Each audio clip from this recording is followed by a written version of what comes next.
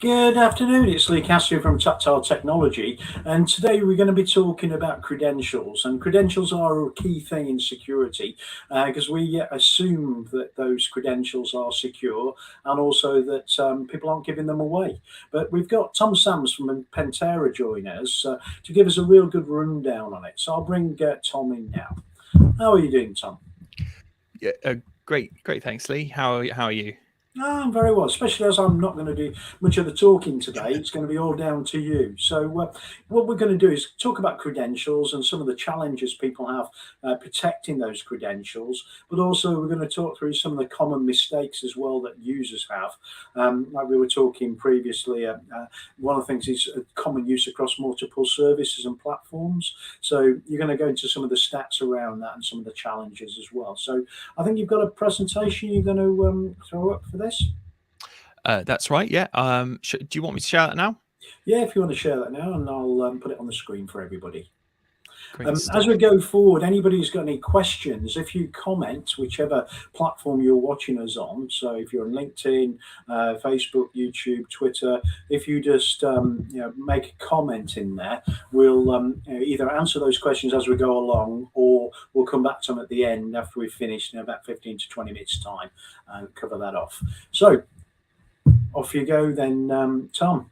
It's all yours. Great stuff. Thanks, Lee. So today we're going to talk a little bit around credential exposure, and obviously there's lots of different types of credential exposure. So we'll have a quick look around. Why is this a challenge? What are the different types of credential exposure that we can look into? And last, what are some of the things that we can do to help mitigate this quite substantial risk? So really just to start off with why this is an important area to look into. We know that approximately there are around about 24 billion credentials in circulation. It's By a credentials, we mean, number, isn't it? That. yeah, it's a big number. And there's a little bit of contention around, what is a credential, what's not. But if we think of credentials as usernames and passwords, or the sorts of things that people will use to log into critical services, VPN access, Office 365, or Microsoft 365, I should say nowadays, and all of those line of business applications that we rely on, we're talking about those credential pairs. There's a sort of interesting stat around credentials and using stolen credentials, one of my favorite sources for this is actually the Verizon data breach report from 2022. Hopefully there'll be a new one soon, but it's showing us in a really stark way that on the right hand side there, that using stolen credentials is actually one of the number one ways which threat actors gain access to an organization's crown jewels. And interestingly, credentials in and of themselves are also a crown jewel which threat actors are targeting. So not only is it a way in, but it's also something which people are looking to gain access to. And it's obvious why. Why hack into an organization using that sort of cliche exploit exploiting vulnerabilities, finding a way, hacking through from the outside in, when you can simply log on like a user. Yeah. So whilst that other risk surface is incredibly important, and all the security around that is absolutely critical, using stolen credentials is a way for organizations to get into, for threat actors to get into an organization. And of course, all of the dependencies that organization might have, like suppliers, services, etc. So it really is quite a substantial risk surface.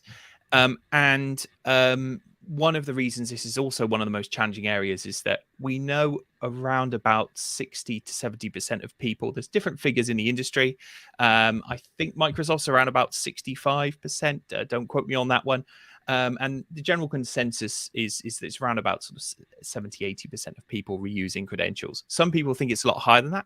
Some people think that, almost everyone has a reused credential somewhere. And what do we mean by reuse? Just as a quick example, well, the logon that a user might have for their critical business services, their Microsoft 365, their VPN access to an organization, they might reuse that same credential on the service they might use to attend an event, or book a taxi, or, convert, a SaaS product to convert Microsoft PDFs to Microsoft Word. The Yeah. list is endless of all the different places I that think people use a lot of credentials. people do that because it's easier to remember. Yes. But they think that with a Yeah. strong password, so it won't be broken, it won't be stolen, no one will get it. It doesn't matter because it's a strong password, so I'll use it everywhere because it makes it easier for me to remember. But again, that's Absolutely. a challenge, isn't it? Oh, definitely, and there is, of course, that same challenge of weak passwords, and whilst it's possible to specify, as we know, a certain amount of password complexity, and to add additional controls, in many cases, we see passwords like Manchester United 123 exclamation mark capital M capital U, a dictionary password, right? It could be cracked in less than a second, but Yeah, it still fulfills those password complexity requirements. yeah. And Well, so that's we it. People get round things, don't they? To make it easier for themselves. absolutely, and that's actually reflected in data. So Verizon looked across between 7,000 8,000 organizations and breaches within those organizations, and found that just over 60% of breaches and 80% of web application attacks, no surprise there, involve compromised credentials. Yeah. So it's obviously quite a risk, and so we're looking to help mitigate that, and that's what we're looking to do with Pentera through automation. Much like Pentera looks to automate other parts of the security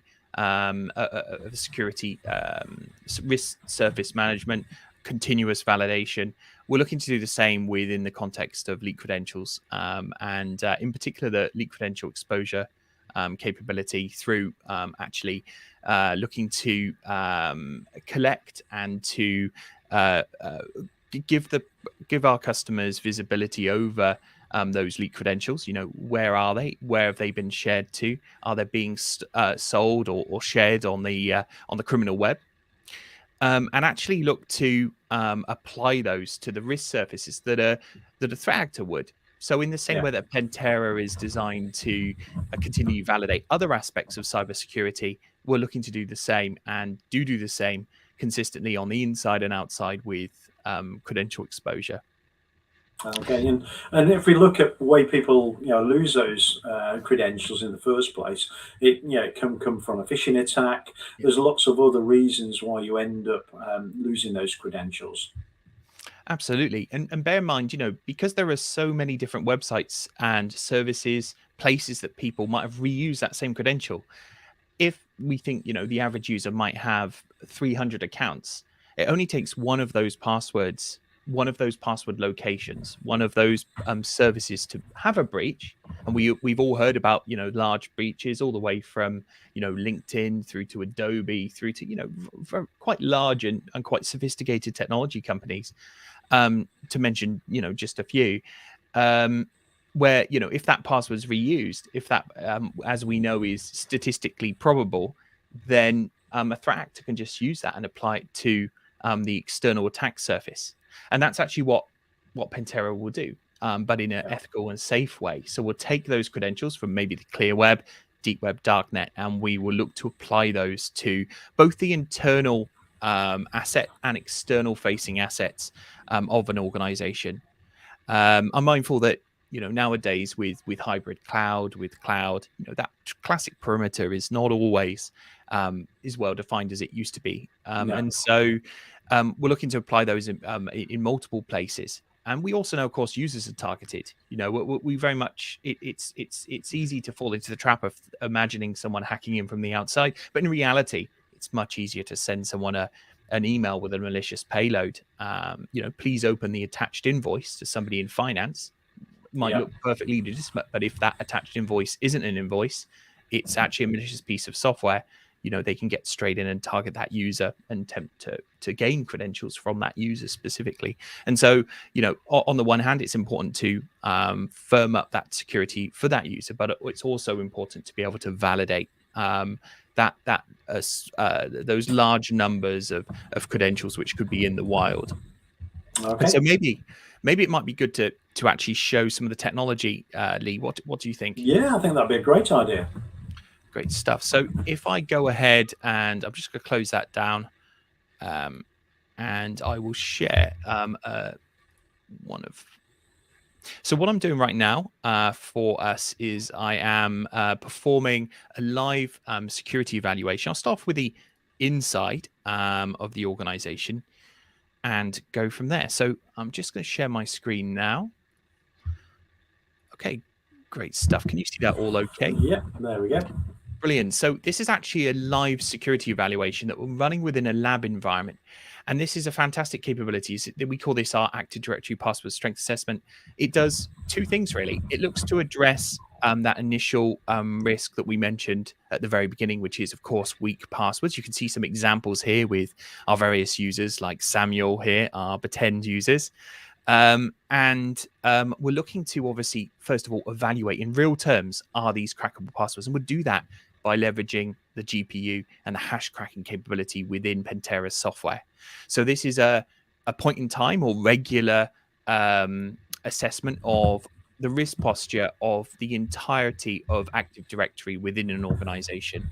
And it's also pulling in externally leaked credentials in order to generate a report at the very end, which is going to show on a regular basis, which users have that Manchester United or that football with a ampersand as an there, or are we going to also identify things like potential misconfigurations and risks around Active Directory as well. So there's a whole host of capabilities here, all the way from looking for things like misconfigurations, password not required flags, through to looking for things like weak passwords, as we can see here, and they're But some of truly those validated. passwords, they would meet the criteria of sophistication for a lot of users that put in their GPO records, isn't it? They've got Yeah. multiple, more than 8 characters. They've got capital letters. They've got numbers. They've got special characters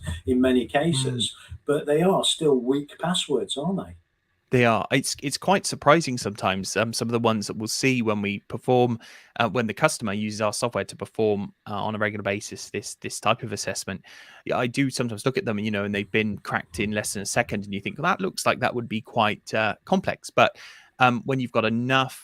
When you've got a large enough dictionary, when you've got a large enough and intelligent enough logic, it's quite interesting to see how quickly some passwords might actually be compromised. And of course, many of these passwords might also be dictionary passwords, And Yeah. so, we're, on the one hand, we're evaluating, the configuration of Active Directory.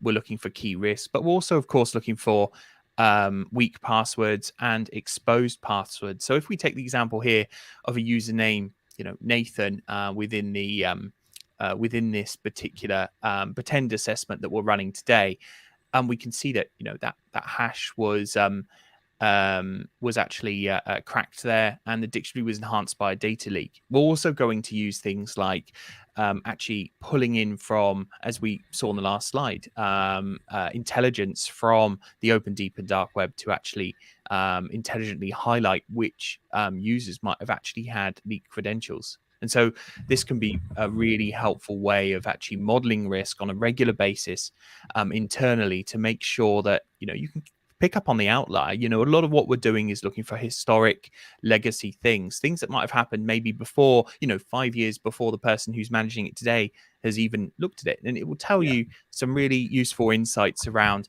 can I turn off this account? When was it last used? Are there any risky states? Things like password never expires, or a password not required is actually one we occasionally see, which of course is quite a risk. And so we're at the end of every test, which is, could be fully scheduled. A customer could do this every week, every month. The system will generate a report. It looks a little bit like this. And it will actually highlight, which of the service accounts, we can see some of these as service accounts. Which ones of these are actually possess those vulnerabilities and risks? Which ones are exposed on the outside or leaked on the outside of the organization that a threat actor tomorrow could use? The Yeah. worst has already happened in many sense. So we'll go through and, of course, produce this report as part of the software, which allows customers to be able to take a deep dive into that test.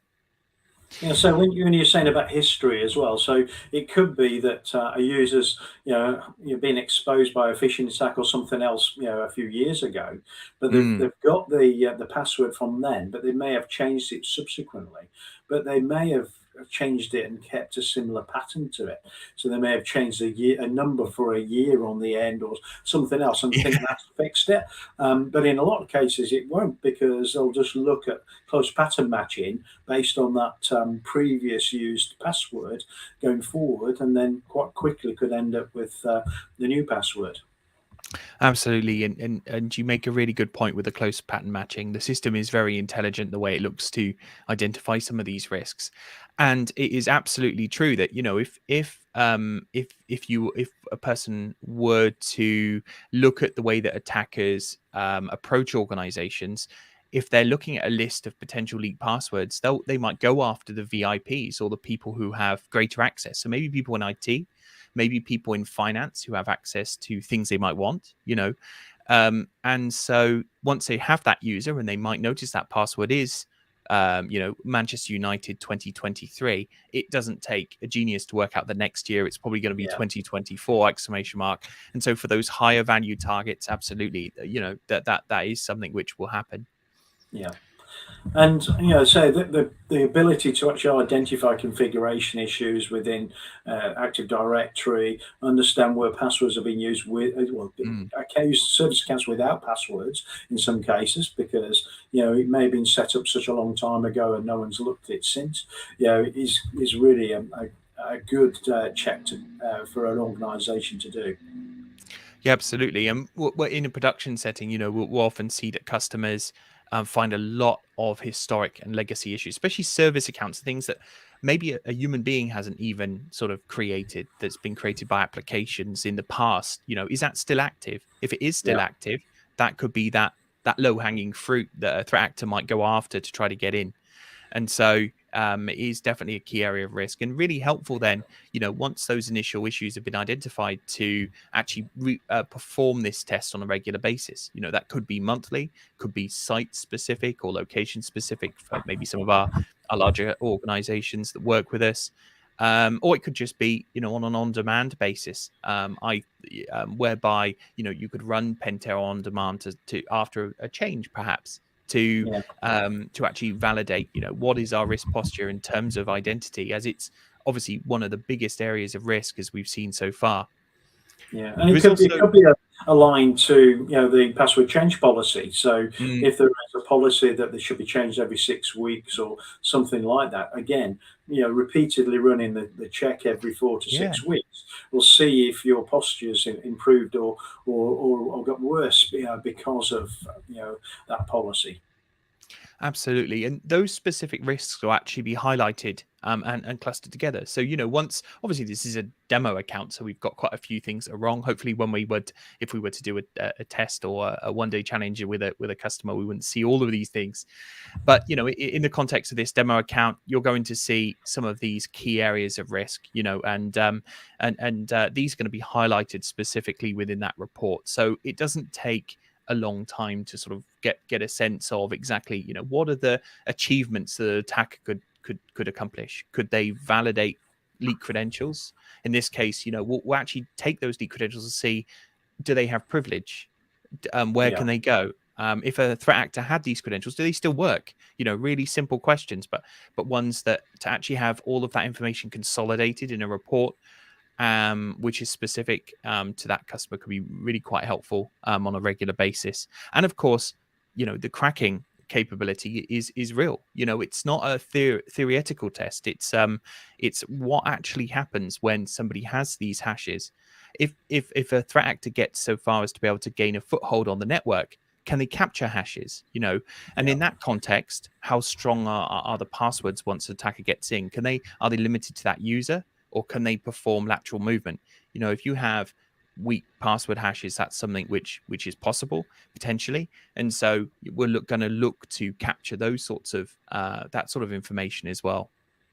okay. So it's all about So making it actionable. yeah, so we're coming up to 20 minutes now. So Yeah. I think it might be good for us to cover off a little bit more what Pantera does in generally, but also I think you had a slide that covered all the areas of surface, core and the credentials, but also ransomware.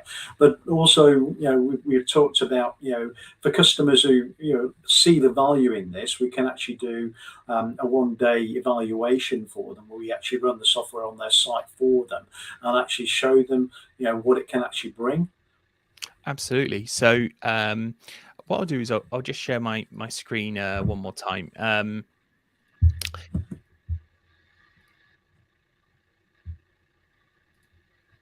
And as I say, we've got credential checking in two different areas, don't we, within the system? Absolutely.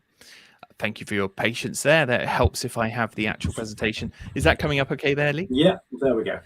Great stuff. So yeah, absolutely. Obviously, with the fact that that an organization will have a whole cluster of different types of infrastructure. Some of it might be in the cloud in things like AWS and Azure. Some of it might be but might be specific to them. VPN access nodes, their own specific web applications might be provided by a third-party supplier.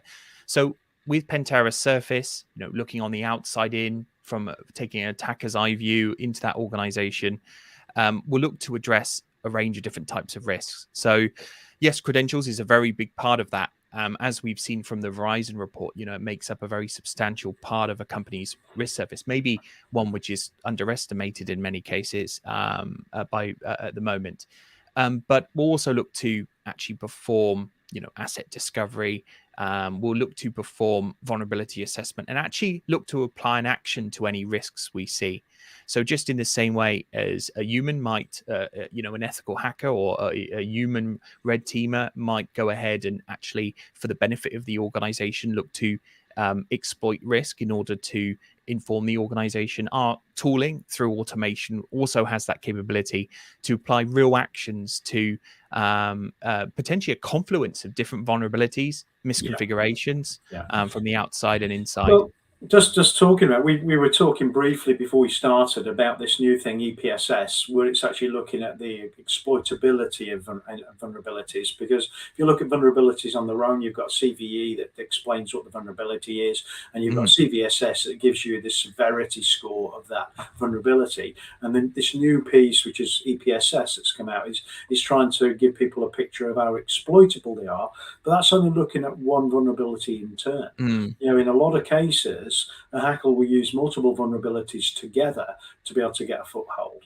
So one thing might give them maybe some hash data, so a misconfiguration or the use of an old version of, say, SMB. They can then use that to actually get some hashes, and then they can use other vulnerabilities to be able to, say, relay those onto other systems. So sometimes it's not just one vulnerability that the issue is. It might be a combination of those vulnerabilities that causes a problem. Yeah, and it's not necessarily reflected in the risk score. So I've seen, domain credentials be captured by a 1 out of 10 on the CVS score risk.